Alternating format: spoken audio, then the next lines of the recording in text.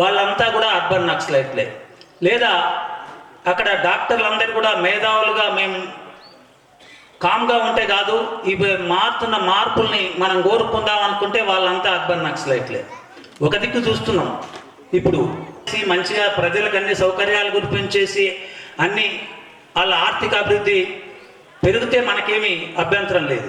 కానీ సంపదనంతా పేదవాళ్ళ నుంచి వెళ్ళి కొల్లగొట్టి ఆ సంపద అంతా వాళ్ళ దగ్గర చేసుకొని ప్రభుత్వ రంగంలో ఉండే సంస్థలన్నిటి మీద వాళ్ళే ఆధిపత్యం చేస్తూ ఇటు గనుల మీద ఇటు సముద్రం మీద అన్ని రకాలుగా మొత్తం సంపద మీద ఆధిపత్యం చేస్తూ దాన్ని అధికారులకు వాళ్ళ చెప్పు చేతుల్లో ఉంచుకొని రాజకీయ నాయకుల్ని చెప్పు చేతుల్లో ఉంచుకొని సంపద పెరుగుతుంది. ఇంకో దిక్కు మొత్తం ఇవాళ ఎంతో చదివి బాగా జ్ఞానం ఉండి నాకు ఉద్యోగం కావాలి, నేను ఏదైనా ఒక వ్యాపారం చేసుకుంటానంటే చిన్న 100 కోట్లతో ఉన్న వాళ్ళు 200 కోట్లతో వ్యాపారం స్టార్ట్ చేసిన వాళ్ళు ఇవాళ దివాలా తీసేసి రోడ్డు మీదకి వచ్చే స్థితి ఉంది. కోటాను లక్షల కోట్లు ఉన్న వాళ్ళే పెరుగుతుండ్రు. మరి ఇది రేపెట్టు పరిస్థితి తీసుకుంటుంది. ఇంకో దిక్కు చూస్తున్నాం, యోగి ఆదిత్యనాథ్ చాలా మంచి ముఖ్యమంత్రి. అక్కడ ఎలాంటి ఇది లేకుండా అక్కడ ఉండే గుండా గ్యాంగులన్నింటినీ కంట్రోల్ చేస్తున్నానని అన్నారు. నిన్ననే మనకు పేపర్లో చూసాం, ఒక 16 సంవత్సరాల బాలికను రేప్ చేసి ఆయన ఎమ్మెల్యే, ఆయన మంత్రి, ఆయన కింద ఉన్న బీజేపీ ఎమ్మెల్యే ఆ అమ్మాయిని హత్య చేసి అంటే రేప్ చేసి వాళ్ళ నాన్నను ఆయన కంప్లైంట్ ఇస్తే ఆయనను హత్య చేసి లాకప్ డెత్లోనే చనిపోయాడు. లాకప్ డెత్ చనిపోతే వీళ్ళు కోర్టు పోతుంటే కారు లారీతోనే యాక్సిడెంట్ చేస్తే వాళ్ళ మేనత్తలు 2 చనిపోయారు. మరి ఇది ఎక్కడి న్యాయం? ఎక్కడ దొరికితే అక్కడ నీకు వచ్చేస్తుంది. గుజరాత్లో వాళ్ళకేమో ఇవాళ మళ్ళీ కోర్టు, మరి పెద్దలందరూ చెప్పాలి, కోర్టు సస్పెండ్ చేసింది, శిక్ష వేసిన తర్వాత అతన్ని సస్పెండ్ చేసి మళ్ళీ బయటకు తీసుకురావడానికి ప్రయత్నం చేస్తుండ్రు. అట్లాగే గుజరాత్కి వచ్చిన తర్వాత ఒక మహిళ తన భిన్న మతాలు ఒక 300 సంవత్సరాల కింద 400 సంవత్సరాల కింద ఒక ఎవరిని పడితే వాళ్ళని చంపే స్థితి నుంచి నిన్న మొన్న నాగరిక సమాజం అనుకున్న దగ్గర ఆ అమ్మాయిని రేప్ చేసి వాళ్ళ నాన్న హత్య చేసి వీళ్ళందరిని చేసిన తర్వాత ఆమె కోర్టు పోతే వాళ్ళకి శిక్ష అయిన తర్వాత ఆ 7గురిని పిలిచి మా దండలేసేసి ఆహ్వానిస్తుండ్రు. ఒకటి దిక్కేమో ఆర్థికంగా పెరుగుతుంది, ఇంకో దిక్కు సార్ చెప్పాడు ఒక ఆర్ఎస్ఎస్ వాళ్ళు 30 మందిని చంపారు, గోమాంసం ఉంది అని, లేకపోతే ఇంకొక తన తిండి అలవాట్లు వేరే ఉన్నాయని చెప్పేసి భిన్న మతస్థుల మీద విపరీతమైన దాడి చేసే స్థితి ఇవాళ ఉంది. సంపద ఒక దిక్కు చేరుతుంది, ఏది గ్యారంటీ లేకుండా ఏదైతే శాంతి కాముకులం, ఈ దేశం మీద ప్రేమ ఉంది, ఈ దేశ మేము స్వదేశీ నినాదమే ఉంటుంది. స్వదేశీ నినాదం అయితే చైనా నుంచి వెళ్ళి నీ పటేల్ విగ్రహం 3000 కోట్ల నుంచి ఎందుకు తీసుకురావాలి? ఇక్కడ కళాకారులు లేరా? ఇక్కడ తయారు చేసే శిల్పులు లేరా? మరి ఉంటే నువ్వు విదేశీ దీని నుంచి తీసుకొస్తున్నావు. అందుకని చెప్పేసి మాధవన్న ఆనాడు కోరుకున్నది ఏంటంటే ఇందులో మార్పు రావాలి, మార్పు కొరకు మనం అందరం ప్రయత్నం చేద్దాం, మనమంత కర్తవ్యాలు తీద్దాం. ఇటు రైతాంగం లోపల ఒక దిక్కు రైతులు ఏదైనా మల్టీనేషనల్ కంపెనీ నుంచి వెళ్ళి అరటి మొక్కలు తీసుకొచ్చుకుంటే అవి దెబ్బతిన్నాయి, దాన్ని మామూలుగా దానికి నష్టపరిహారం ఇవ్వమంటే అక్కడ రైతులు బోధన రైతులు ఆందోళన చేస్తే వాళ్ళందరినీ పోలీస్ స్టేషన్లో పెట్టేసి కొట్టి వాళ్ళకి ఆర్థిక సాయం లేకపోగా వాళ్ళందరినీ కేసులు పెడితే మాధవన్ అక్కడ ఆ కేసులు రైతుల తరఫు నుంచి మన కేసులో ఉందాం, మనం చేద్దాం అని చెప్పేసి వాళ్ళ మద్దతుగా ఉంది. అట్లాగే అన్ని సమస్యల మీద మనం పోరాటం చేయకుండా ఈ ఆర్థిక పరిస్థితులు కొద్దిమంది చేతులకే పోతుంది. ఇవాళ చూస్తున్నాం, నిన్న మొన్న పేపర్లు వస్తుంది, ఈ దేశంలో కోటీశ్వర్లు అయిన వాళ్ళు ఈ దేశంలో శాంతి లేదు, మేము ఇంకో దేశాలకు పోతాం, మా పౌరసత్వాన్ని ఇక్కడ ఇండియన్ పౌరసత్వాన్ని వదులుకుందాం అనే దానిలో వేరే దేశాలకు వెళ్ళిపోయే పరిస్థితి ఏర్పడుతుంది. ఇంకొక దిక్కు చూస్తున్నాం, గ్రామీణ ప్రాంతంలో నిన్ననే ఉపాధి హామీ చట్టాన్ని మేము గాంధీ పేరు మార్పుడు కాదు, అక్కడ జయరాంజీ అనేది కాకుండా నువ్వు నిన్న మొన్నదాకా రాష్ట్రాలను ఆర్థికంగా మొత్తం దెబ్బతీసేసి అక్కడ మొత్తం అన్ని రకాలుగా వ్యవస్థలని నువ్వు తీసుకొని ఇవాళ 40%, నిన్న మొన్నదాకా 10% ఉన్నదాన్ని ఆనాడు పార్లమెంట్ ఆమోదించింది. 60 మంది లెఫ్ట్కు సంబంధించిన పార్లమెంటు సభ్యులుండి కాంగ్రెస్ను కూడా గట్టిగా ఒప్పించిన తర్వాతనే ఉపాధి హామీ చట్టం వచ్చింది.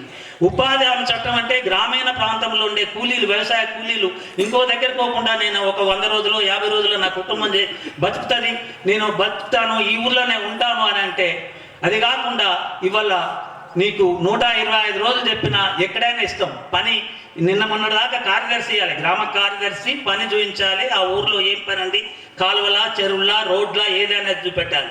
కానీ ఇప్పుడు సెంట్రల్ గవర్నమెంటే వాళ్ళు అక్కడి నుంచి వెళ్ళి పని చూపిస్తారట. అందుకని చెప్పేసి ఇటువంటి రేపు ప్రజలను బిచ్చగాళ్ళని చేసి, ప్రజలను రోజు పని కొరకే నా భార్య పిల్లలను బతికించుకోవడానికి నేను శ్రమ అంటే ప్రభుత్వాల మీద తిరుగుబాటు చేయాల్సిన పరిస్థితి వచ్చే స్థితి ఉంది. యువకులు, చదువుకున్న వాళ్ళు, మేధావులు, వ్యాపారస్తులు, ఇలా 100 కోట్లు ఉన్న వ్యాపారస్తులు కూడా రోడ్డు మీదకి వచ్చే పరిస్థితి ఉంది.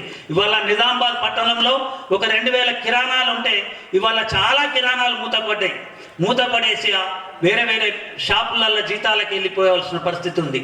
లేదా బట్టల షాపులు అంటే కొద్దిగా పెద్ద పెద్ద షాపులలో ఉంటే 8,000, 9,000, 6,000 హాస్పిటల్లో 6,000తోనే ఎలా బతుకుతారు అనేది ప్రభుత్వం ఆలోచించవలసిన అవసరం ఉంది. కాబట్టి ఖచ్చితంగా ఈ ఆర్థిక వీళ్ళ సంపాదన ఎట్లా పెరుగుతుంది అనేది ఆలోచించవలసిన అవసరం ఉంది. దాని కొరకే జేసీఎస్ ప్రసాద్ మెమోరియల్ ట్రస్టీ అనేది దాన్ని ఏర్పాటు చేసి దాంతో మేధావులతోనే ఉపన్యాసాలు ఇచ్చినట్టయితే ప్రజలను చైతన్యవంతులు చేసి ప్రజలు ప్రశ్నించే గొంతుకగా ఉండాలి అనేది మాధవన్న కోరుకున్నాడు.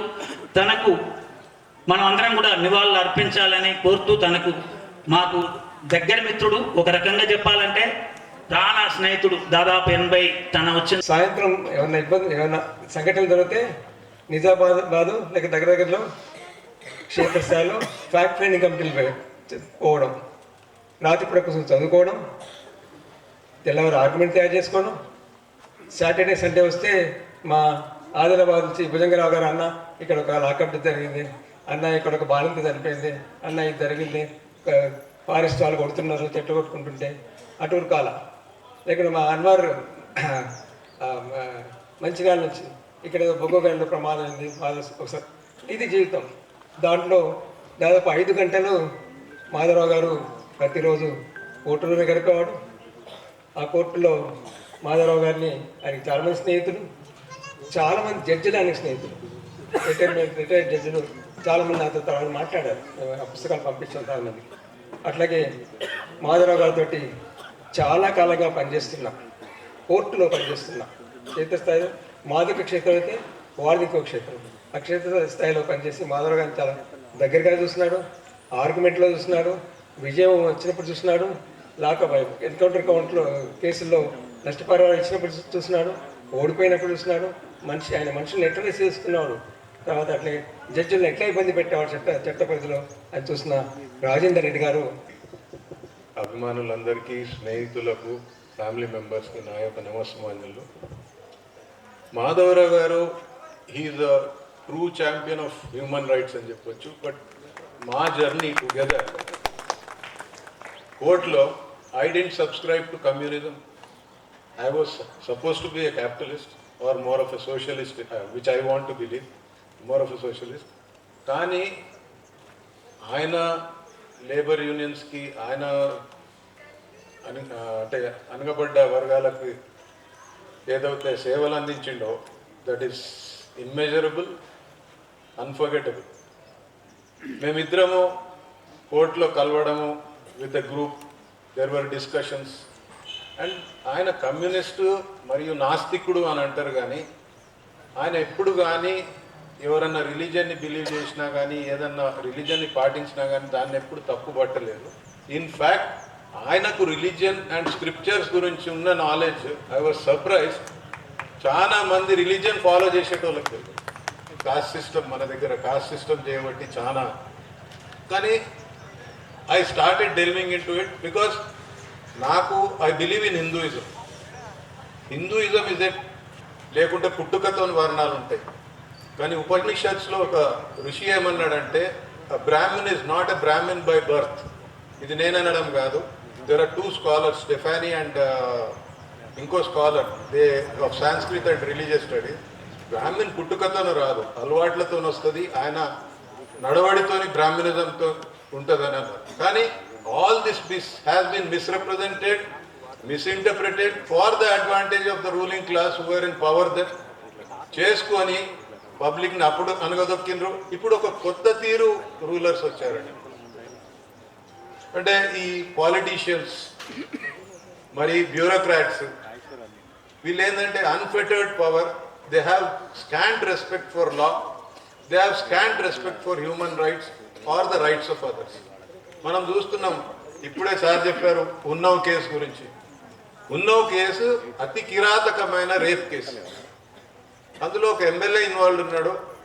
ఆ MLA while he was outside వాళ్ళ victim and our grandfather మీద మర్డర్ అటాక్ కూడా అయింది. They smashed into his car with lorry. ఆ lorry number plates black and అయి ఉన్నాయి. So clearly it was an attempt for murder. అట్లాంటి మనిషికి CBI ఏదో తప్పు చేసింది, సిబిఐతో ఫాల్ట్స్ తీస్తూ మీరు సిబిఐ తప్పు చేసిందని చెప్తున్నారు. There is evidence that he has tried to they were tried to be killed and there is a threat for them. అట్లాంటప్పుడు మీరు ఇంటరిమ్ బెయిల్ ఇవ్వడం ఏంటండి? You dispose of appeal immediately. ఇప్పుడు the sad part is being a advocate I feel ashamed. NALSAR vice chancellor గారు కూడా ఉన్నారు. The thing is, the last resort for maintaining or upholding the constitutional rights are the courts. కానీ courts గురించి ఈ మధ్యలో image ఏం వస్తుంది? మనం ఉన్నో కేసు ఇచ్చిపెట్టండి. అభిషేక్ వర్మ, జస్టిస్ అభిషేక్, 15 కోట్లు అండి ఆయన ఇంట్లో దొరికింది. ఆయన ఇప్పటికీ జైలు వెళ్ళలేదు. Is there any case filed against him? Then Ranjan Gogoi, ex chief justice, sir అన్నట్టు కకృతిపడి Rajya Sabha MP, chief justice of India Rajya Sabha MP కొరకు కొన్ని judgments in favour of the ruling government ఇచ్చింది. రంజన్ గొగోయ్ ఆయన ఎంత అంటే very deplorable act of his was he was alleged to have molested one of his apprentices.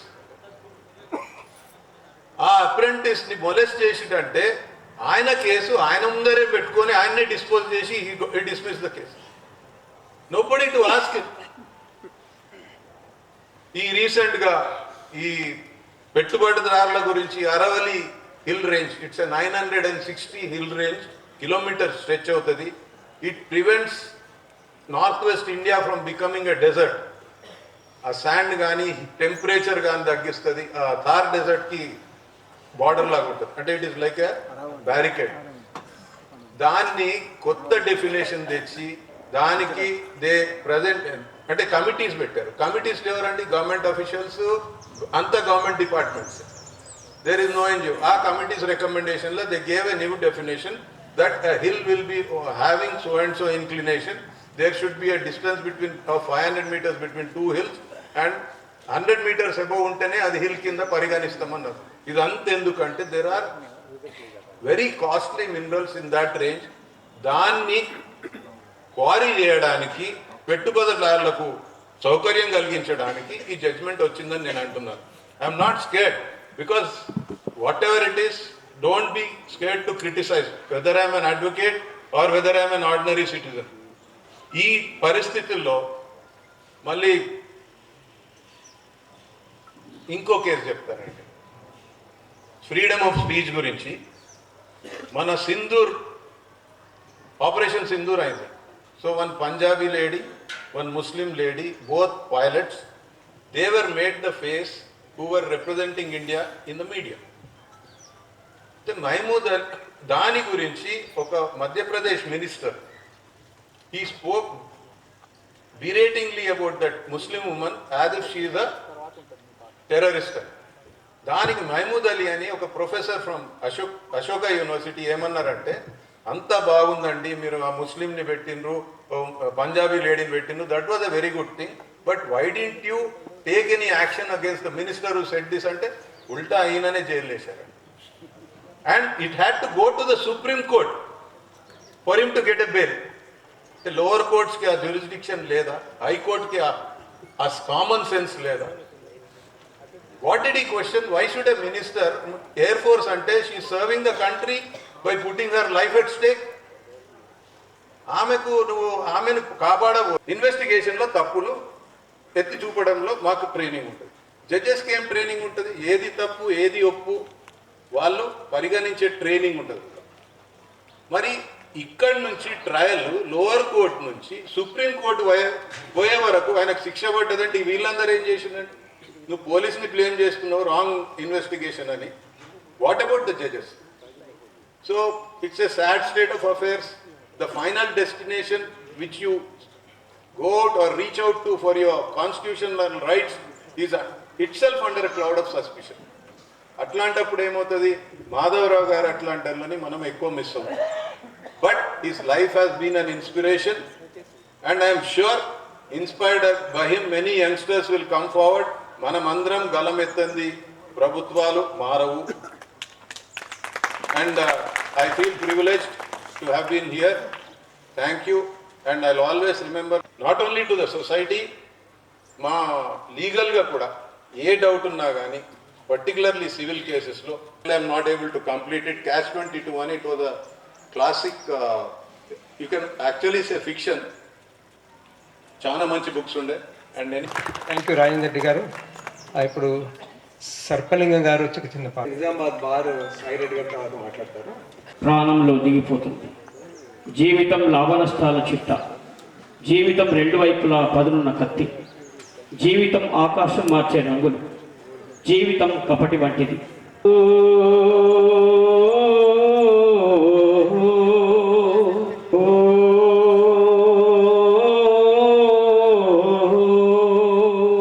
మీ జ్ఞాపకాలలో మానవ హక్కులకై మరతుమన్న మరి మరువలేనిది. జోహార్ జోహార్ మాధవన్నకు జోహార్. జోహార్ జోహార్ మాధవన్నకు హక్కుల నేతకు జోహార్. ఓ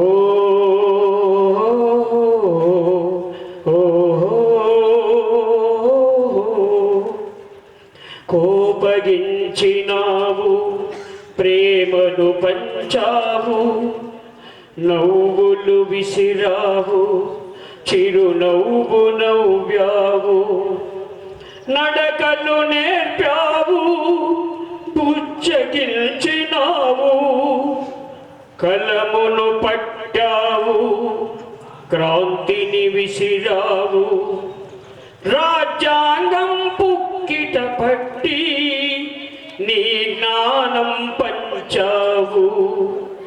ఇందూరు సింధూరం మా జనమందారం.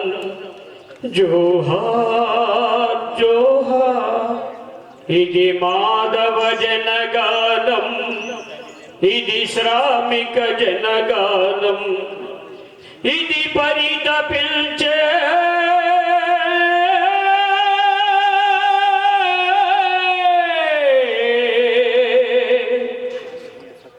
జన హృదయ వేదన గానం. అన్నా మాధవన్న వహిస్తున్నటువంటి జీవన్ కుమార్ గారికి, అలాగే నేటి మన ముఖ్య అతిథి నల్సార్ వైస్ ఛాన్సలర్, బాధితుల తరపున గర్జించిన గొంతుగా ఆయన, రాజ్యాంగ రక్షణకై అంకితమై ఒక పవిత్ర సామాజిక యాత్ర ఆయనే మన గొర్రెపాటి మాధవరావు గారు. మరి వారితో నాకు గత 30 సంవత్సరాల నుండి పరిచయము. నేను 1996లో వచ్చిన మరుసటి రోజే మాధవరావు గారితో పరిచయం చేసుకోవడం జరిగింది. ఆ పరిచయము మరి గత సంవత్సరము ఈ రోజు వరకు మధ్యాహ్నం వరకు కొనసాగింది అనేది సందర్భంగా గుర్తు చేసుకుంటా ఉన్నాను. వారికి రోజు రాజేందర్ రెడ్డి గారు అన్నట్టు మా న్యాయవాద మిత్రులు అన్న రోజు మేము ఒక్కసారి అయినా కలిసే వాళ్ళం, విజ్ చేసుకునే వాళ్ళం, వీలుంటే మాట్లాడుకునే వాళ్ళం. మరి అటువంటి మాధవ్ రావు గారు ఈరోజు భౌతికంగా లేకున్నా మన అందరి హృదయాల్లో ఉంటారని సందర్భంగా ఆశిస్తూ, బార్ అసోసియేషన్ అధ్యక్షుడిగా నేను గర్వంగా చెప్తా ఉన్నాను, మాధవరావు గారు ఒక అసాధారణమైన న్యాయవాది. ఆయన న్యాయవాద వృత్తిని కేవలం జీవనోపాధిగా చూడలేదు, ఒక సామాజిక ఆయుధంగా మలిచారు. ముఖ్యంగా మానవ హక్కుల వేదిక రాష్ట్ర అధ్యక్షుడిగా ఆయన చేసిన సేవలు అమోఘం. వ్యవస్థలు సైతం మౌనం వహించే ఫేక్ ఎన్కౌంటర్ల సమయంలో ఆయన వెనుకడుగు వేయకుండా నిలబడ్డారు. సాక్షాత్ బాధ్యులైన పోలీస్ అధికారులపైన ఎఫ్ఐఆర్ నమోదు చేయించడం అనేది ఆయన ధైర్యానికి, రాజ్యాంగంపై ఆయనకున్న అచంచలమైన నమ్మకానికి నిదర్శనం. ఎందుకంటే వారితో నేను ఆ రోజుల్లో ఫేక్ ఎన్కౌంటర్స్ జరుగుతూ ఉంటే నేను కూడా నిజ నిర్ధారణ కమిటీలో వెళ్ళేవాడిని. ఆ రోజుల్లో ఇక మనకు తెలుసు 1996 నుంచి మరి ఎలా జరిగిందనేసి దమనకాండ మనందరికీ విదితమే.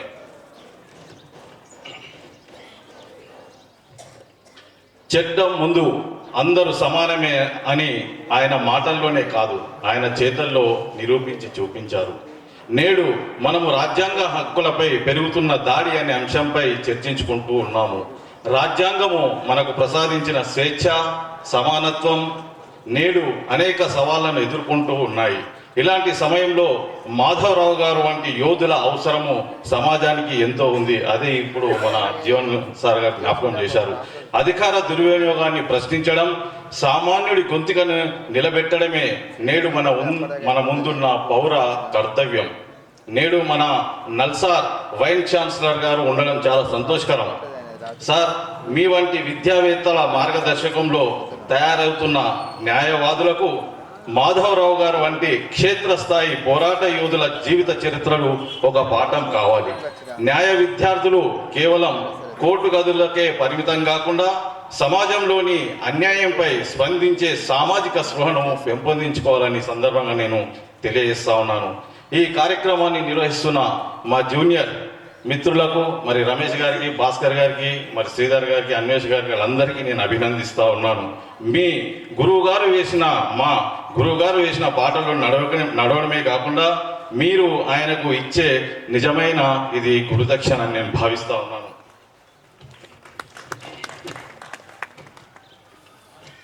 చివరగా మాధవరావు గారు భౌతికంగా మన మధ్య లేకపోయినా ఆయన వెలిగించిన మానవ హక్కుల చైతన్యం మనల్ని ఎప్పుడూ నడిపిస్తూనే ఉంటుందనేది సందర్భంగా గుర్తు చేస్తూ భారతదేశ అధ్యక్షుడి తరఫున నేను ఒకటే హామీ ఇస్తా ఉన్నాను. రాజ్యాంగం విలువల పరిరక్షణలో, బాధితుల పక్షాన నిలబడడంలో మేము ఎప్పుడు ముందుంటామని, ఆ మహనీయుడి ఆత్మకు శాంతి చేకూరాలని సెలవు కోరుకుంటూ జై హింద్, జోహార్ మాధవరావు గారికి. రాజ్యాంగంలో కల్పించబడ్డ హక్కులు, ఆ హక్కుల మీద పనిచేస్తున్న, హక్కుల మీద బోధన చేస్తున్న వ్యక్తి మా శ్రీకృష్ణదేవరావు. మా అని ఎందుకంటానంటే కృష్ణదేవరావుది మాది ఒకటే ఊరు, పెద్దపెండ్యాల. ఒకప్పుడు కృష్ణదేవరావు మాకు శిష్యుడు. ఇప్పుడు చాలా అపార జ్ఞానాన్ని సంపాదించి చాలా అనుభవం సంపాదించిన తర్వాత మేము ఆయనకు శిష్యుగా కన్వర్ట్ అయినాం.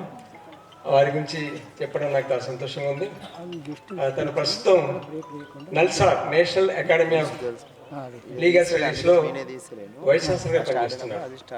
వైస్ ఛాన్సలర్ చాలా మంది వచ్చి పోతుంటారు, కానీ ఈయన చాలా క్రియాశీలంగా పనిచేస్తారు. ఎందుకంటే ఈ మధ్యలో తను జైల్లో ఉన్న పరిస్థితుల మీద ఒక ప్రత్యేకమైన ప్రాజెక్ట్ తీసుకొని తెలంగాణలో, ఆంధ్రప్రదేశ్లో జైలు ఎట్లా ఉన్నాయి దాని మీద పరిశోధన కోసం బాగా ఎంకరేజ్ చేస్తున్నాడు. తను పనిచేసిన కూడా చాలా చాలా వెరీ వెరీ ప్రెస్టీజియస్ ఇన్స్టిట్యూట్స్. ఒరిస్సాలో 5 సంవత్సరాలు పనిచేస్తున్నాను, నల్సార్లో నేషనల్ యూనివర్సిటీ. ఢిల్లీలో NLU నేషనల్ లా యూనివర్సిటీలో 2 ఏళ్ళు వైస్ ఛాన్సలర్. బెంగళూరు నల్సార్లో పనిచేస్తాను. లాయర్స్ భాషలో మ్యాండమస్ అంటాం. మ్యాండమస్ డిక్లేర్ చేశారు. సో వచ్చాను, మిమ్మల్ని అందరినీ కలవడం చాలా. అన్ని డిస్ట్రిక్ట్స్ వెళ్ళాం కానీ నిజామాబాద్ రాలేదు. ఫస్ట్ టైం నిజామాబాద్ రావడం అండ్ అందరినీ కలవడం చాలా సంతోషంగా ఉంది. మాధవరావు గారు మాకు సీనియర్. నాది 1985లో LLB అయిపోయింది కాకతీయలో. మాధవరావు గారు 83 ఉస్మానియాలో చదివారు. రెగ్యులర్గా APCLC మీటింగ్స్లో కలుసుకునేవాడు. సో జీవన్ కుమార్ గారు, thank you sir for inviting me. And Rajender Reddy గారు స్పెషలిస్ట్, ఎక్కువగా కేసులు అవే చేసేవాడు అనుకునేవాడు. ఎన్కౌంటర్ డెత్స్ అవన్నీ. I will take some time, I will come back to that little later. But civil ప్రాక్టీస్లో ఇంత ఎక్స్పీరియన్స్, అథారిటీ అన్నది వీళ్ళు చెప్పడం వల్ల తెలిసింది. జనరల్గా లాయర్ అంటే మనం ఏమనుకుంటాము, కోర్టులో ఆర్గ్యూ చేస్తాడు. దట్స్ ఎ కోర్ లాయరింగ్ అంటాం. ఎల్ఎల్బి అయిపోయి ప్రాక్టీస్ చేయడం అని అంటే కోర్టులో కేసులు వస్తాయి వేయడం. హ్యూమన్ రైట్స్ లాయరింగ్ అన్నది ఒక కోర్టుకే పరిమితం కాకుండా కోర్టు వెలపల, కోర్టు బయట ఎట్లాంటి కేసులు చేయడం, ఎట్లా చేస్తామన్నది దట్స్ ఎ మేజర్ లాయరింగ్. దాన్ని అందరూ హ్యూమన్ రైట్స్ లాయరింగ్ అంటారు, పీపుల్స్ లాయర్ అంటారు, సోషల్ జస్టిస్ లాయర్ అంటారు, పావర్టీ లాయర్, ఎన్నో పేర్లు ఉన్నాయి. ఐ థింక్ అట్లాంటి వాటిలో మనం కన్నాభిరణ్ గారిని చూసాము, బాలగోపాల్ గారిని చూసాము, అండ్ మాధవరావు గారిని చూస్తూ ఉన్నాము. చాలామంది ఉన్నారు. అది చాలా, it's a very difficult task. అంత ఈజీ కాదు. కోర్టులో వెళ్తాము, ఆర్గ్యూ అవుతాము, కన్విన్స్ చేస్తాము, చేసేసుకుంటాం. So that's where I wanted to focus on. Constitutionalism అంటే ఏంటి, హ్యూమన్ రైట్స్ లాయరింగ్ అంటే ఏంటి, ఈ రెండు కలిపి లీగల్ ఎంపవర్మెంట్ని ఎట్లా ముందుకు తీసుకెళ్ళాయి, పర్టిక్యులర్గా post emergency Indian supreme Court and entire judicial activism, journalism, human rights activism, investigative journalism, human rights lawyering ఎట్లా వచ్చాయన్నది క్లుప్తంగా నేను ఆ విషయం చెప్తాను.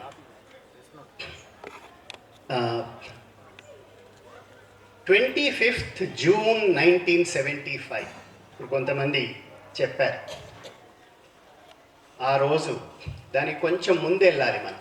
ఐ థింక్ అందరూ కూడా చాలా వరకు ఈ విషయాలన్నీ తెలుసు. మళ్ళీ ఒక్కసారి మనం గుర్తు చేసుకుందాం. రాజ్ నారాయణ్ అప్పుడు ఇందిరాగాంధీ ప్రైమ్ మినిస్టర్ ఉన్నప్పుడు ఒకే ఒక్క వ్యక్తికి చాలా భయపడేది, జయప్రకాష్ నారాయణ్. Total revolutionary. వాళ్ళ బీహార్ అని మనం అనుకుంటున్నాం కానీ బీహార్ వీళ్ళందరూ కూడా, నిషిత్ కానీ, జార్జ్ ఫెర్నాండెస్ కానీ, you name anybody, all were the disciples, followers of Jayaprakash Narayan. Indira Gandhi చాలా భయపడింది జయప్రకాష్ నారాయణ్. ఎప్పుడు పదవిని ఆశించలేదు జయప్రకాష్ నారాయణ్. ఆ టైంలో రాజనారాయణ్ ఇందిరాగాంధీ ఎలక్షన్ని అలహాబాద్ హైకోర్టులో ఛాలెంజ్ చేశారు. ఇప్పుడైతే మనం నవ్వుతాం, ఎలక్టోరల్ మాల్ ప్రాక్టీసెస్ అంటే ఇదా మాల్ ప్రాక్టీస్. ఇప్పుడైతే మనం అసలు అప్పుడప్పుడు మీరు అందరూ చూడాలి. ఇప్పుడు ఈ డిస్కషన్లో బాలగోపాల్ గారు వీళ్ళంతా మాకు చెప్పేవాడు, మీరందరూ కన్నాభిరణ్ ఎక్కువ చెప్పేవాడు, లాయర్స్, లా స్టూడెంట్స్, మీరందరూ చదవట్లేదురా, ఊరికి ఏదో న్యూస్ పేపర్లు వస్తే దాన్ని పట్టుకొని ఏంటి, దాని గురించి మీరు చదివి ఆలోచించి మాట్లాడాలని చెప్పేవాడు.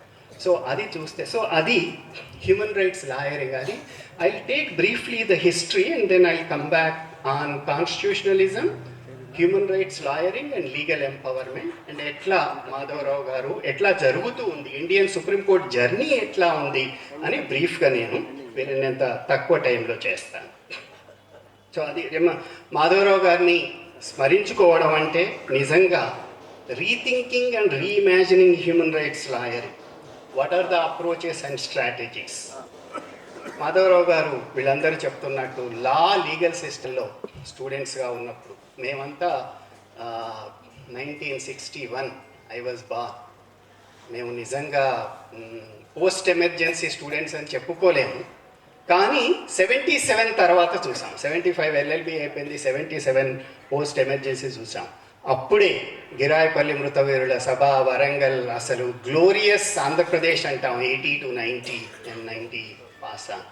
సో ఆ టైంలో సివిల్ లిబర్టీస్ మూవ్మెంట్ అంతా డెవలప్ కావడం అదంతా ఉంది. So how law legal system was use to achieve constitutional goals and preamble. మనం కాన్స్టిట్యూషన్లో చూస్తే మిగతా చట్టాల్లో ఉండే రీజన్స్ ఒకటి, ప్రియాంబుల్ అన్నది అసలు ఒక అద్భుతమైన ఆలోచన.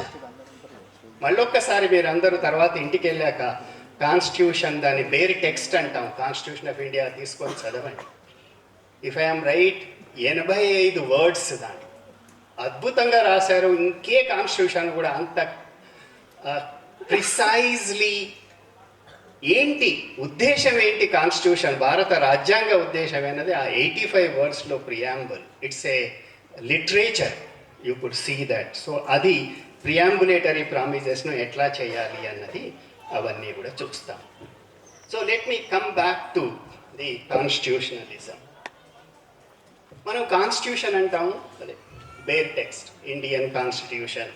ఆల్మోస్ట్ 3 సంవత్సరాలు కాన్స్టిట్యూషనల్ అసెంబ్లీ డిబేట్స్ అన్నీ కూడా చేసి మన పక్కనున్న ఎన్నో కంట్రీస్కి రాజ్యాంగం ఫ్రీడమ్ వచ్చినా కూడా వాళ్ళు రాజ్యాంగాన్ని పొందుపరచుకోలేదు. మన రాజ్యాంగ ప్రక్రియ ఈవెన్ మనకు ఫ్రీడమ్ రాకముందు నుంచే మొదలైంది.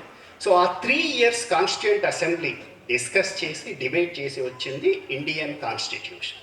కాన్స్టిట్యూషనల్ లా అంటే ఆ కాన్స్టిట్యూషన్ గురించి అవన్నీ కూడా మెయిన్గా మనం ఏంటో ఆర్టికల్ 14, 19, 20, 21, 22, 39 ఒక్కసారి మనం ఆర్టికల్ 22 హిస్టరీని చూస్తే చాలా అద్భుతమైన history.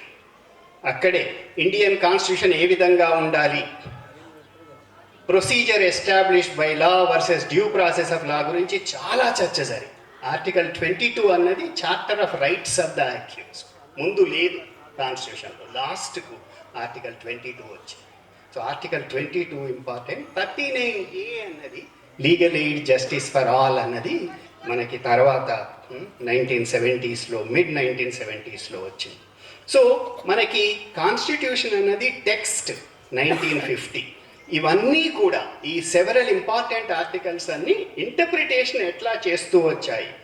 The case law which is built on Indian constitution దాన్ని కాన్స్టిట్యూషనల్ లా అంటారు. కాన్స్టిట్యూషనలిజం అంటే ఇంకా it's a deeper meaning, not just interpretation of the constitution.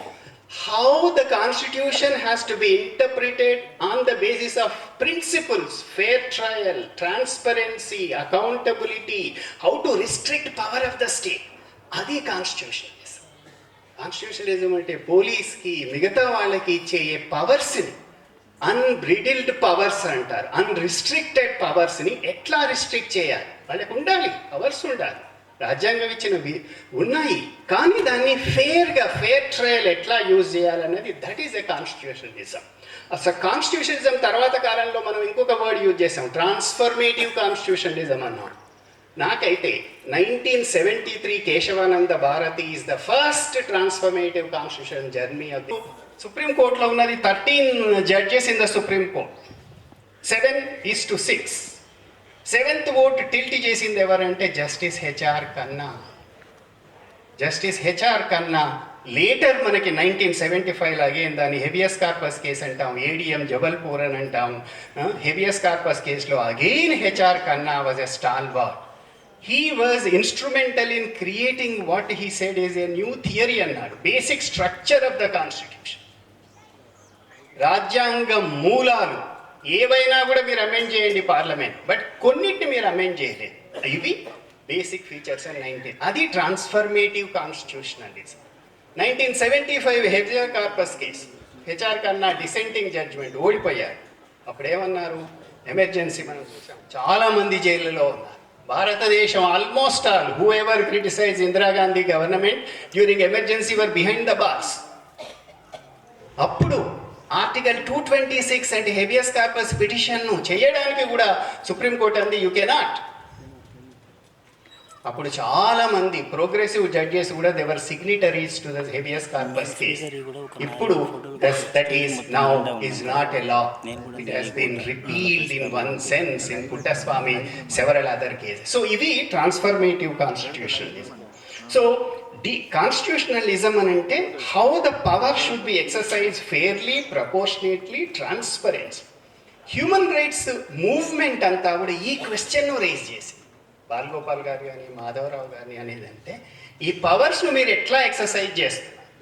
ఒక మనిషిని అరెస్ట్ చేసినప్పుడు 24 గంటల్లో ఎందుకు ప్రొడ్యూస్ చేయాలి, లాలో ఏ గ్యాప్స్ ఉన్నాయి, ఎట్లా చేయాలి. నాకు ఇంకా గుర్తుంది,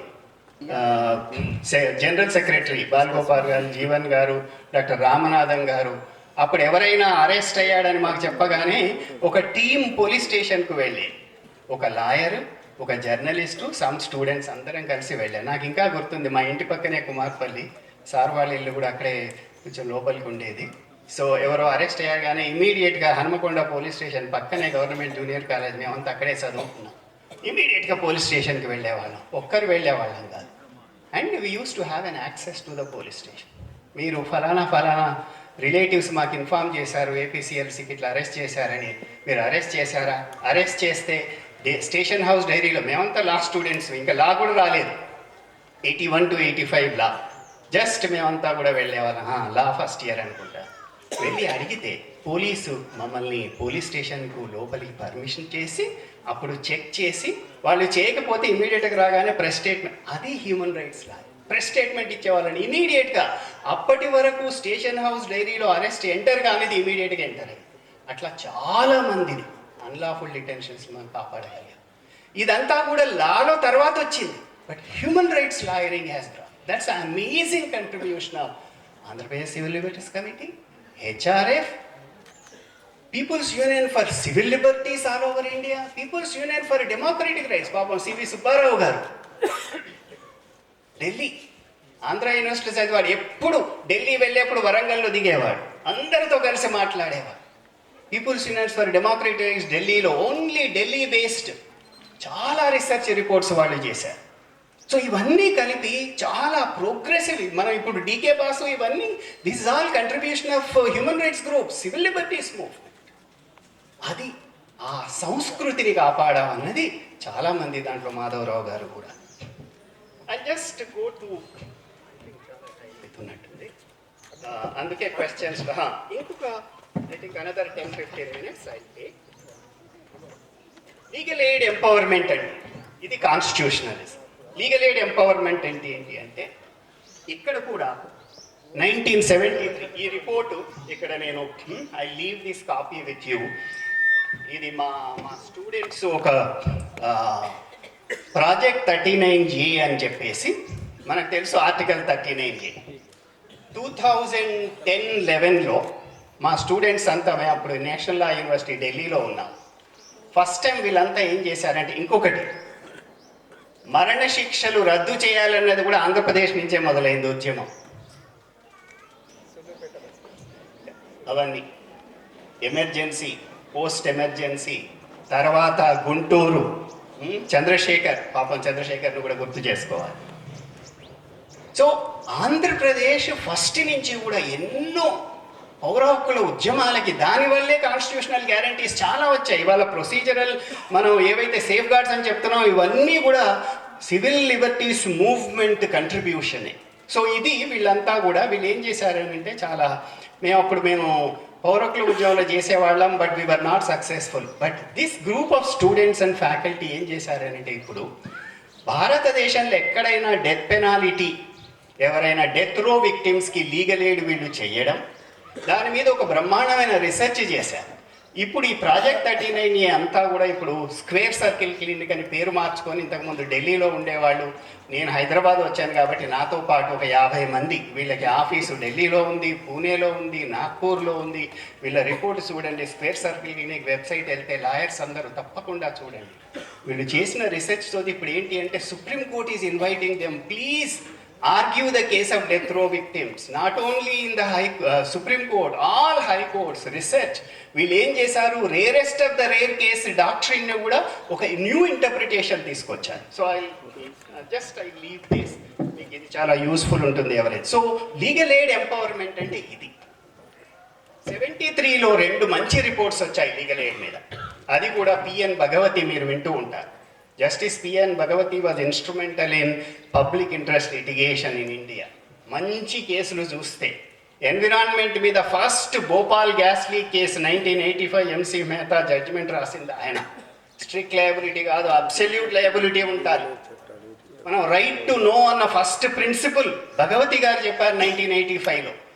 యూనియన్ కార్బైడ్ ఫ్యాక్టరీలో మిథైల్ ఐసోసైనేట్ అనే ఒక పాయిజనస్ గ్యాస్ ఉందని కనీసం ఇన్ఫర్మేషన్ అక్కడ పనిచేస్తున్న వాళ్ళకి, చుట్టుపక్కల ఉన్న ప్రజలకి తెలిస్తే మనం పెద్ద మాస్ డిజాస్టర్ను కాపాడగలిగే వాళ్ళం అని చెప్పారు.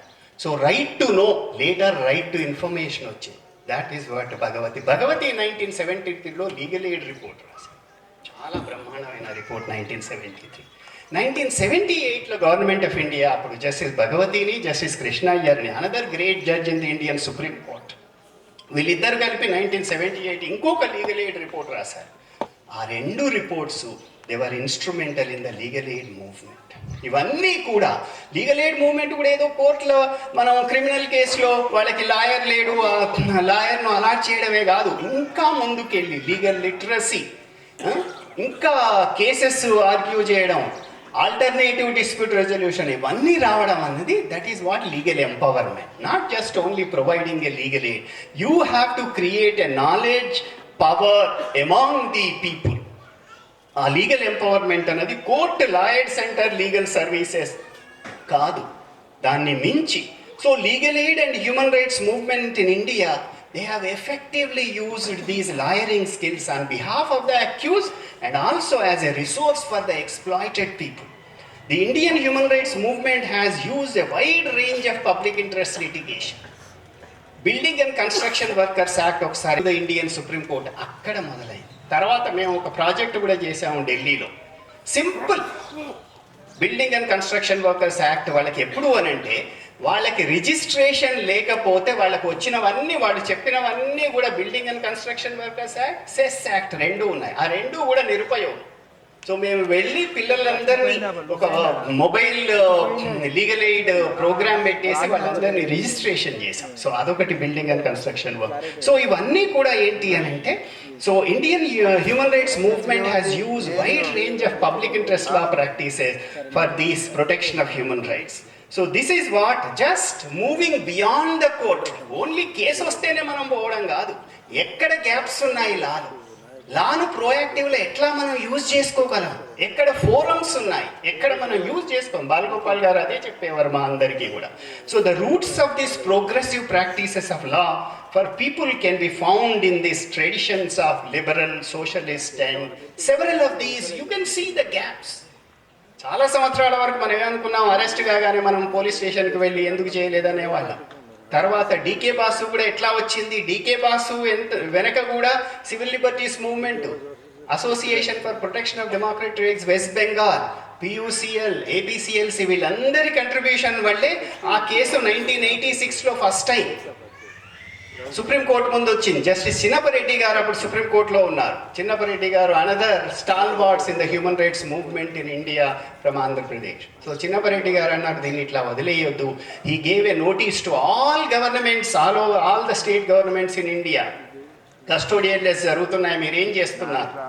అట్లా 1996-97లో జస్టిస్ ఏఎస్ ఆనంద్, అందుకు ముందు Joginder Kumar is a wonderful case.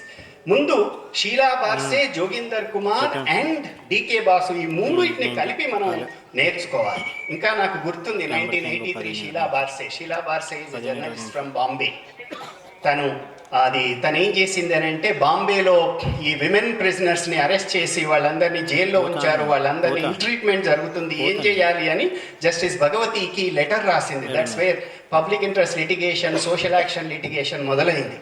అప్పుడు జస్టిస్ భగవతి ఏం చేశాడు, అప్పుడు చాలా బాగా చేసేవాడు, ఇది నిజమా కాదా వెరిఫై చేసుకోవడానికి బాంబేలో ఒక సోషల్ వర్క్ కాలేజ్ ప్రిన్సిపల్కి, Karve institute of social work అనుకుంటాను, ఆ ప్రిన్సిపల్కి చెప్పాడు, షీలా బార్సే ఏదో కంప్లైంట్ చేస్తూ ఉంది, ఇల్ ట్రీట్మెంట్ అవుతుందని, why don't you go and enquire and submit the report. Principal of the social work college Mumbai వెళ్ళి ముంబై ప్రిజన్స్ను చేసి నిజంగానే ఇది జరుగుతున్న తర్వాత 1983లో అప్పుడు కోలిన్ గన్జాల్వేస్ వీళ్ళంతా కూడా, మీరు హ్యూమన్ రైట్స్ లా నెట్వర్క్ వీళ్ళందరినీ వింటూ ఉంటారు, అప్పుడు వాళ్ళంతా బాంబేలో ఇందిరా జైసింగ్, కోలిన్ గన్జాల్వేస్ వీళ్ళంతా అక్కడ ప్రాక్టీస్ చేసేవాళ్ళు. అక్కడ వీళ్ళంతా ఏం చేశారని అంటే, ఫస్ట్ టైం సుప్రీంకోర్టు డీకే బాసుకు ముందు 1983లో ఫస్ట్ టైం ఏం చేసింది, ఎవరైనా అరెస్ట్ అయితే, ఇల్లీగల్ అరెస్ట్ అయితే ఇమీడియట్గా that information should be given to the legal aid board. ఆ రిజల్ట్స్ అన్ని లీగల్ ఎయిడ్ లాయర్ అక్కడ కోర్టులో ఉండాలి. తర్వాత ఇంకొకటి ఏం చేశారని అంటే, రైట్స్ ఆఫ్ అరెస్టెడ్ అనేది ఒక పాంప్లెట్ అని కాదు, poster must be there in all police stations. నేను స్టూడెంట్గా ఉన్నప్పుడు అది చూశాను. లాయర్స్ ఫర్ హ్యూమన్ రైట్స్ అని కోలిన్ గన్జాల్వేస్ వీళ్ళంతా ఉండేవాడు బాంబేలో, వాళ్ళన్నీ పోలీస్ స్టేషన్లో. తర్వాత మనం చూసాము డీకే బాసు. బట్ ఇవన్నీ కూడా డీకే బాసు కూడా పోలీస్ స్టేషన్లో బయట గోడ మీద రాయాలి, గోడ మీద రాతలుగా ఉండొద్దు, అది నిజంగా కూడా రియల్ రైట్స్గా, అవి రియల్ రైట్స్గా ట్రాన్స్ఫార్మర్ కావాలి అని అంటే అందరూ మాధవరావు గారి లాగా, బాలగోపాల్ లాగా, జీవన్ కుమార్ గారి లాగా అందరూ కూడా కలిసికట్టుగా అందరూ కూడా చూసి వాటిని ఎట్లా ఇంప్లిమెంట్ చేయాలి ఆయన చేసే Nandini Satpathy amazing court first time justice Krishna Iyer. Miranda versus Arizona అని అమెరికన్ సుప్రీం కోర్ట్ తీసుకొచ్చారు. విమెన్ని పోలీస్ స్టేషన్కు తీసుకొని రావద్దు, లాయర్ ప్రెజెన్స్ ఉండాలి. సో ఇవన్నీ ఏంటి? కాన్స్టిట్యూషనలిజం, హ్యూమన్ రైట్స్ లాయరింగ్, ఇవన్నీ కూడా ఎట్లా వచ్చాయి? ఎవరో ఒక లాయరు, ఇన్వెస్టిగేటివ్ జర్నలిస్టు, పియూసీఎలు, షీలా బార్సే, వీళ్ళంతా తెస్తేనే కూడా జోగిందర్ కుమార్లో జస్టిస్ వెంకటాచలయ్య చాలా బాగా చెప్పాడు. ఆ జడ్జిమెంట్ రాసింది జస్ట్ డీకే బాసుకు ముందు వచ్చింది. దాంట్లో క్లియర్గా ఇద్దరు జడ్జెస్ జోగిందర్ కుమార్ 1995 అనుకుంటారు, వెంకటాచలయ్య జస్టిస్ ఏఎస్ ఆనంద్. దాంట్లో అప్పుడు కరెక్ట్గా ఈ కస్టోడియల్ డెత్స్ ఎందుకు జరుగుతున్నాయి, అన్లాఫుల్ యాక్టివ్, ఈ అరెస్ట్ లాలో గ్యాప్ ఏంటి? First time they realised. What is that gap? There is no documentation of arrest. The powers, everything is there with the police only. How do you make documentation? He referred. అక్కడ యూకేలో ఏ practice ఉంది అని చెప్పి ఆ ప్రాక్టీస్ని తీసుకొచ్చి custody memo of arrest అన్నది first Joginder Kumar, తర్వాత DK boss. So ఇవన్నీ కూడా వచ్చాయి, అది మేజర్గా. So that is what the human rights concept అంటే అది మచ్ బియాండ్ కాన్స్టిట్యూషనల్. మనం ఏవైతే అనుకుంటామో కాన్స్టిట్యూషనల్ రైట్స్ కన్నా కూడా ఫస్ట్ జనరేషన్ రైట్స్ అంటారు, civil political rights, second generation social economic rights, third generation solidarity rights, right to clean environment. ఇవన్నీ కూడా బాలగోపాల్ గారు హ్యూమన్ రైట్స్ మూవ్మెంట్ ఇనిషియల్గా పనిచేసినప్పుడు కూడా సివిల్ పొలిటికల్ రైట్స్లో ఉండేవాడు. తర్వాత వైడర్గా వచ్చేసేసి ఇవన్నీ కూడా చేయడం మొదలుపెట్టారు. శాంతా సిన్హా గారు ఎప్పుడు మా అందరికీ గుర్తు చేస్తూ ఉంటారు, మీరందరూ హ్యూమన్ రైట్స్ మూవ్మెంట్లో మీరు చిల్డ్రన్ని మర్చిపోతున్నారు అని ఆమె ఎప్పుడు చెప్తూ ఉంటుంది. ఆర్టికల్ 21A తను ఎప్పుడు చెప్పేది ఏంటంటే, ఒక any child is not in the school means he's working somewhere. How do we prevent it? So అది మెయిన్గా. So that is I stop here. లేకపోతే ఇది నడుస్తూనే ఉంటుంది. టీచర్స్ అందరికీ కూడా ఒక 45 నిమిషాల క్లాస్ అని అట్లా ఉంటుంది. సో అది I just stop here. And లాస్ట్గా ఒక 2-3 అంశాలు చెప్పేసి, United Nations legal aid principles of criminal justice 2012 అని, అది ఆల్ ఓవర్ ద వరల్డ్ చాలా they have comprehensively explained the practices all over the world. ఇది ఆఫ్రికా నుంచి వచ్చి యునైటెడ్ నేషన్స్ దాన్ని యాక్సెప్ట్ చేసి now it has become a part of the legal aid practices all over the world. దాంట్లో కొన్ని చాలా క్లియర్గా చెప్పేది ఏంటి అని అంటే, legal aid in the court, of course కోర్టులో మనం చేస్తూ ఉంటాం. ఇన్ ఎడిషన్ టు దాట్ మనకి విక్టిమ్ కాంపెన్సేషన్ ఒకటి వచ్చింది. ఇంకొకటి మాధవరావు గారి పుస్తకం చదువుతూ ఉంటే దాంట్లో క్లియర్గా ఒక కేసు జీవన్ కుమార్ గారు పంపించారు, అది చదువుతూ ఉంటే అనిపించింది. ఆయన చాలా కేసులు కాంపెన్సేషన్ ఫైల్ చేశాడు, ఎన్కౌంటర్ డెత్స్లో వీటిలో కాంపెన్సేషన్ ఫైల్ చేసినప్పుడు ఒక కేసులో ఆ victim compromise or victim almost all, it's not proper to use the word collude, but accepted whatever the compromise with the police officer. అప్పుడు ఒక కాంపెన్సేషన్ వచ్చినప్పుడు 1.5 lakhs లాయర్కి ఫీజు ఇచ్చినప్పుడు మాధవరావు గారిని అడిగారట, ఇది నన్ను తీసుకోవాలంటే అని చెప్పాడు, ఇట్లాంటి డబ్బులు తీసుకోవద్దని. అది నిజంగా that is what is ethical ధర్మ డ్యూటీ ఆఫ్ ఎ లాయర్. అది చాలా కరెక్ట్గా చెప్పాడు. మనమేమి ఆశించలేము, మనం ఏదో సింపుల్గా మనం కేసు చేసినప్పుడు మనకు వచ్చే చాలా కేసులు కూడా మనకు డబ్బులు ఇవ్వని క్లయింట్సే వస్తుంటారు, అయినా కూడా మనం చేస్తూ ఉంటాము. బట్ డబ్బులు ఇచ్చే క్లయింట్ వచ్చినప్పుడు జాగ్రత్తగా చూసి ఇట్లాంటి వాటి చేయొద్దు. So but victim compensation has emerged as an important. So UN principles of legal aid for criminal justice సిస్టంలో దాంట్లో కోర్టులో ఏం చేయాలి, పర్టికులర్గా 80s నుంచి చూసాము, చాలా డిలే పెండెన్సీ పెరిగిపోతూ ఉంది. ఆల్టర్నేటివ్ డిస్ప్యూట్ రెజల్యూషన్ అని వచ్చింది, లోక్ అదాలత్ వచ్చేసింది. కొన్ని ప్లేసెస్లో సుప్రీంకోర్టు కూడా ఏం చేసింది అని అంటే, ఈవెన్ క్రిమినల్ జస్టిస్ సిస్టంలో plea bargaining, compounding and probation ఈ మూడింటిని కలిపి క్రిమినల్ కేసెస్ జైలు అదాలత్ కంపల్సరీగా చేయాలి. ఢిల్లీలో అయితే రెగ్యులర్గా ఎవ్రీ మంత్ ప్రిజన్ అదాలత్ జరిగేది, లోక్ అదాలత్లు ఇవన్నీ. Mediation has emerged as an important aspect of that. ఫ్యూచర్లో ఆన్లైన్ డిస్ప్యూట్ రెజల్యూషన్ కూడా వస్తూ ఉంది. సో ఇవన్నీ కూడా కోర్టులో చేయాలి. ప్రిజన్లో ఏం చేయాలి? చాలా unfinished task of the legal aid ప్రిజన్లో ఉంది. 436A భీమ్ సింగ్ 2015లో చాలా బాగా చెప్పారు. ఎవరైతే హాఫ్ ఆఫ్ ద సెంటెన్స్ ఎట్లా అయితే కంప్లీట్ చేశారో వాళ్ళందరినీ ఇమీడియట్గా రిలీజ్ చేయాలి. ఆ రిలీజ్ చేయకపోతే ఏం చేయాలి? లాయర్స్, లా కాలేజ్ స్టూడెంట్స్, ఎవరెవరైతే ఇంట్రెస్ట్ ఉన్నారో NGOs can go to those court and ask them and then get visit and submit that details data to the district legal service authority, or you can move an application, you can release. దానికి jail Adalat ఇవన్నీ కూడా చేయొచ్చు. So అదొకటి 436A అని introduce చేశారు. తర్వాత చాలా ఉన్నాయి. మనం ఇప్పుడు చూస్తూ ఉన్నాము, షూరిటీస్ ఇవ్వకపోతే వాళ్ళని ఎట్లా చేయాలి అన్నది. లాస్ట్కి ఏంటి అని అంటే పోలీస్ స్టేషన్ అన్నది ఇంకా మనం చేయాలి. UN principles criminal justice legal aid లో చాలా కరెక్ట్ గా చెప్తాం. మనకు ఒకటి విజిటోరియల్ మెకానిజం అని ప్రిజన్ యాక్ట్ లో మెన్షన్ చేసింది. అఫీషియల్ విజిటర్స్ అంటారు, అన్అఫీషియల్ విజిటర్స్ అంటారు. ప్రిజన్ విజిటర్స్ గా వెళ్ళి చేయడం కానీ పోలీస్ స్టేషన్ విజిటింగ్ కూడా ఎఫెక్టివ్ గా ఉండాలి. ఈ మధ్యలో సుప్రీంకోర్టు 2-3 కేసుల్లో కూడా మెన్షన్ చేసింది. లాస్ట్లీ టు కంక్లూడ్, ఇప్పుడు భారత సుప్రీంకోర్టు గురించి, కాన్స్టిట్యూషనలిజం గురించి చదవాలంటే జనరల్గా మేమంతా ఒక 5 phases-లో we study. First is 1950 to 1977. ఎందుకంటే ఎమర్జెన్సీ తర్వాత supreme court also has realise whatever the mistakes they have committed.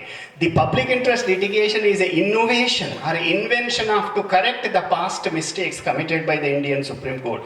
So 77 to 89 is the second phase of the Indian Supreme Court. అప్పుడే public interest litigation they call as a turning to the directive principles of state policy. Directive principle of state policy కూడా ఎట్లా మనం realise చేయొచ్చు అన్నది మొదలైంది. 89 to 2014 చాలామంది ఏమంటారనంటే ఇది good governance and judicial surrender back to basics అయింది. 89 to 2014 నుంచి contemporary times we have seen again it is the counter weight to power and executive. ఎప్పుడైతే మనం కాన్స్టిట్యూషన్ కేశవానంద భారతి విషయంలో చూసాము, అది ఇప్పుడు 2014 Indian supreme court we can see that which is coming again. Lastly supreme court observer అనేది ఒక మంచి వెబ్సైట్. రెగ్యులర్గా కూడా ఎవ్రీ ఇయర్ సుప్రీంకోర్టులో కేసెస్ ఏం చేయాలి దాని గురించి వాళ్ళు చెప్తూ ఉంటారు. లాస్ట్ ఇయర్ 2025 మనం ఎండింగ్లో ఉన్నాము. The criminal justice, legal aid, legal empowerment మీద సుప్రీంకోర్టు అబ్జర్వర్ ఏమంది అని అంటే 2025 is a year where the supreme Court is working on a tight rope of jail and bail. కానీ ఒక సిగ్నిఫికెంట్ జడ్జిమెంట్ రీసెంట్గా Supreme Court unlawful activities prevention act మీద justice Sanjay Karol and Koteshwar Singh just last week ఇచ్చాడు.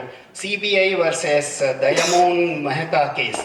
దీంట్లో unlawful activities prevention act కూడా ఎందుకు చాలామంది ఇంకా ట్రయల్ కూడా కాకుండా ఎందుకు డిలే అవుతుంది, అడ్జర్న్మెంట్స్ ఎందుకు అవుతుంది, ఆ డేటా కూడా chief justice of the respective high court వీళ్ళు పంపించాలి, అవన్నీ కూడా చేయాలన్నారు. So we can see some ray of hope in the Indian supreme court. I will conclude saying that even though we have a lot of the constitutional guarantees, human rights safeguards, but still little done, vast undone.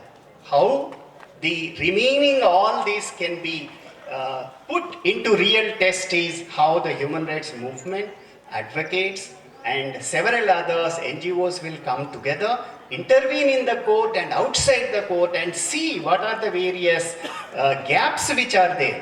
Creating literacy, education about these rights, intervening in the courts, resolving the cases outside the court is a future of human rights lawyering. So I'll end with this. If you have any questions, we can. జిల్లా committee సభ్యులు, దాని తర్వాత doctor Ramnath గారి హత్య జరిగింది.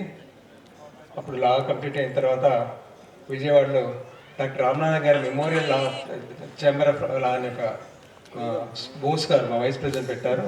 దాంట్లో కొంతకాలం పనిచేశారు లాయర్గా. దాని తర్వాత టీచింగ్లో కొంచెం బాగా అంటే వ్యాస్ట్ ఎక్స్పీరియన్స్, ఫీల్డ్ ఎక్స్పీరియన్స్ ఉంది. వాళ్ళు ఇట్లా మాట్లాడుతున్నాడంటే చాలా ఫీల్డ్ ఎక్స్పీరియన్స్, తిరిగినాడు, చాలా ఎన్కౌంటర్స్ మాతో వచ్చాడు. అట్లాగే వరంగల్లో ఫస్ట్ స్పేట్ ఆఫ్ సూసైడ్స్, పత్తి రైతుల ఆత్మహత్యలు 92, 93 వరంగల్ మొదలైనవి. వాటికి బాలగోపాల్ మాతో తిరిగినాడు, నివేదికలు రాసినాడు, సమాజాన్ని అధ్యయనం చేస్తున్నాడు, చాలా విషయాలు చెప్పాడు. అయితే ఇన్ని మాట్లాడాడు కానీ మనందరికి చాలా అనుమానాలు ఉంటాయి. ఇంత బ్రహ్మాండంగా ఉంది, మరి ఎందుకు ఇంకా పోలీస్ స్టేషన్ పోవడానికి భయపడుతున్నాం, ఎందుకు కోర్టులో అన్యాయాలు జరుగుతున్నాయి అంటే చాలా అనుమానాలు ఉంటాయి. ఒక కన్వర్జేషన్ ఒకటి చేసింది. But past 2 years we have seen they've also started looking at ఎందుకు డిలే అవుతూ ఉంది. కొత్తగా ఈ జడ్జిమెంట్ ఇది కోటేశ్వర్ సింగ్, సంజయ్ కరోల్ చాలా మంచి జడ్జెస్. పర్టికులర్గా కోటేశ్వర్ సింగ్ మీరు ఒకసారి యు సీ హిజ్ మణిపూర్ హైకోర్టులో చేశాడు, తర్వాత అస్సాంలో చీఫ్ జస్టిస్గా చేశాడు, సీనియర్ జడ్జెస్గా చేశాడు. You can see his imprints on this judgement. So ఎందుకు ఇప్పుడు దాంట్లో ఇంకొక చాలా మంచి ప్రిన్సిపల్ చెప్పాడు కొత్తగా మొన్నే 1 week బ్యాక్. జీవన్ కుమార్ గారు చెప్పిన తర్వాత మేమంతా నిరంతర విద్యార్థులం, మీరంతా కూడా నిరంతర విద్యార్థులు కావాలి. లాయర్స్కు నేను చెప్తాను, otherwise you are putting your client into distress. చదవాలి, బాగా చదవాలి, చదివి మిగతా వాళ్ళకి చెప్పాలి. నేను చదువుతూ ఉంటే నాకు అనిపించింది ఇక్కడికి వచ్చే ముందు, రివర్స్ బర్డెన్ ఆఫ్ ప్రూఫ్ అన్నది జనరల్గా మన క్రిమినల్ లాలో ఒక ప్రిన్సిపల్ ఉంటుంది. ఏమంటానంటే ఒక క్రిమినల్ కేసు ఫైల్ చేసిన తర్వాత accused has to prove beyond reasonable doubt if there is any benefit will go to the prosecution has to prove. మనకి షిఫ్టింగ్ ఎవరిది ఉంటుంది ఎనీ క్రిమినల్ కేసెస్లో. జనరల్ క్రిమినల్ కేసెస్ సివిల్ కేసెస్కు డిస్టింక్షన్ ఏంటి అని అంటే, క్రిమినల్ కేసులో prosecution has to prove a case beyond the reasonable doubt. That's a general principle of burden of proof అంటారు. ఈ నేషనల్ సెక్యూరిటీ రిలేటెడ్ బాలగోపాల్ చాలా బాగా రాశారు. అప్పుడు లాయర్స్ కలెక్టివ్లో రాసేవాడు, ఈపీడబ్ల్యూలో రాసేవాడు. దాంట్లో ఒకసారి ఈ ప్రివెంటివ్ డిటెన్షన్ లెజిస్లేషన్ గురించి చాలా రాశారు. అవి ఇంకా ఎక్కువైపోతూ ఉన్నాయి. మనం టాడా చూసాము, కోటా చూసాము, అన్లాఫుల్ యాక్టివిటీస్ ప్రివెన్షన్ యాక్ట్ చూసాము. వీటన్నిటిలో కూడా ఎన్ఐఏ గురించి కూడా ఈ అరెస్ట్లను ఇంతకుముందు మాట్లాడేది కదా సుప్రీంకోర్టు. ఇప్పుడు supreme court started looking at even then where is the fair trial.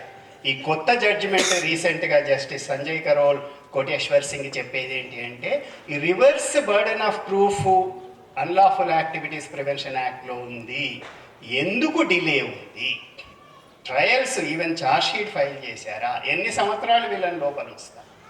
I think that's for me is real open. మనకి ప్రొఫెసర్ మహమ్మద్ గౌస్ అని అనంతపూర్లో కృష్ణదేవరాయ యూనివర్సిటీలో లా ప్రొఫెసర్ ఉండేవాడు, చాలా బాగా రాసేవాడు ఆయన. ఆయన ఏమన్నాడనంటే అప్పుడు దిస్ ఈజ్ ఆయన సోమనాథ్ లహరి అని కాన్స్టిట్యూంట్ అసెంబ్లీ డిబేట్స్లో బెంగాల్ నుంచి మెంబర్. ఆయన అప్పుడు అన్నదాన్ని గౌస్ గారు ఎప్పుడు చెప్పేవాడు ఏంటి అని అంటే, సోమనాథ్ లహరి ఏమన్నాడనంటే ఈ restrictions on liberties, restrictions on fundamental rights ప్రతి ఆర్టికల్లో ఉంటుంది. ఏమని ఉంటుంది అని అంటే, national security, law and order, all the rights are subjected to that అని ఉండి, ఇప్పుడు ఇంకొకటి యాడ్ అయింది ఇండైరెక్ట్గా, టెర్రరిజం. సో ఇది వచ్చేసింత అప్పుడే అన్నాడు సోమనాథ్ లహరి ఏమన్నాడు అని అంటే, Indian constitution is made from the point of view of police constable. ఇప్పుడు చాలా ఎక్కువ అనిపిస్తుంది, చాలా కరెక్ట్గా అది ఎక్కడో మాధవరావు గారు కూడా కోట్ చేశారు. మాధవరావు గారు కూడా దీంట్లో చెప్పాడు, అది సోమనాథ్ లహరి అప్పుడు అనేవాడు. సోమనాథ్ లహరితో పాటు మిగతా వాళ్ళు కూడా. అందుకే ఆర్టికల్ 22 వచ్చింది, ఫస్ట్ ఆర్టికల్ 22 లేదు. ఇది ఇంకా చాలా ఎక్కువైంది. అది దానికి మార్గం ఏంటి అని అంటే, we have to see where is the opening which is అదే what I could see 2 years back. అయితే ఈవెన్ జస్టిస్ చంద్రచూడ్, ధనంజయ్ చంద్రచూడ్ వాళ్ళ నాన్న కూడా ఇంకో వైవి చంద్రచూడ్ ఉండేవాడు. ధనంజయ్ చంద్రచూడ్ ఉన్నప్పుడు కూడా people expected that he will reinterpret at least on this. But కొంతమంది అప్పుడు అసలు బెయిల్ కూడా ఎందుకు ఇవ్వరు, యూపా బెయిల్లో ఎందుకు ఈ విధంగా చేస్తున్నారు అనేది కొంతవరకు చర్చ జరిగింది. But let us hope, that's what I said. Supreme Court ఎమర్జెన్సీలో ఎట్లయితే హ్యూమన్ రైట్స్ని రెస్పెక్ట్ చేయలేదో, ఈ recent last 10 years we could see that trend, but hopeful that somewhere some ray of hope may come, particularly the CPI Justice Sanjay Karol case may reopen. But we have to see, somebody has to fight, somebody has to intervene, somebody has to move wherever it is available. ఒక్కొక్కసారి మనం చూస్తూ ఉంటే magistrate judge కొంతమంది చాలా మహత్తరమైన తీర్పులు ఇస్తున్నారు. ఢిల్లీలో చూడండి, మిగతా ప్లేసెస్లో చూడండి, మనం డిస్ట్రిక్ట్ సెషన్ జడ్జి వరకు పోవాల్సిన అవసరం లేదు. జీవన్ రెడ్డి గారు మనకి ఆంధ్రప్రదేశ్ హైకోర్టు జడ్జిగా ఉన్నప్పుడు ఒక చాలా మంచి, నేను ఫస్ట్ టైం విజయవాడలో క్రిమినల్ ట్రయల్ కోర్టు ప్రాక్టీస్ వెళ్ళినప్పుడు ఫస్ట్ పోగానే గన్నవరం హైకోర్టులో, Gannavaram judicial first class magistrate కోర్టులో ఈ ఆర్గ్యుమెంట్ చేస్తే అప్పుడు మేజిస్ట్రేట్ ఒప్పుకోలేదు. జీవన్ రెడ్డి గారు ఏమనేవాళ్ళు అని అంటే, మనకి habeas corpus writ petition remedy మనకు హైకోర్టులోనే ఉంటుంది, ఆర్టికల్ 226, లేదంటే సుప్రీంకోర్టులో article 32. Why don't we have this habeas corpus remedy in the magistrate court? 85లో అన్నారు, ఎక్కడో కన్నాబిరియన్ గారు తన పుస్తకంలో రాశాడు, మిగతా దాంట్లో. సో అట్లాంటివి మనకు we need to look at, చెప్పడం కాదు, we need to రీఇంటర్ప్రిట్ a new right, we have to create a new jurisprudence. Hopefully some of you will take up that challenge and will create a new jurisprudence. Thank you.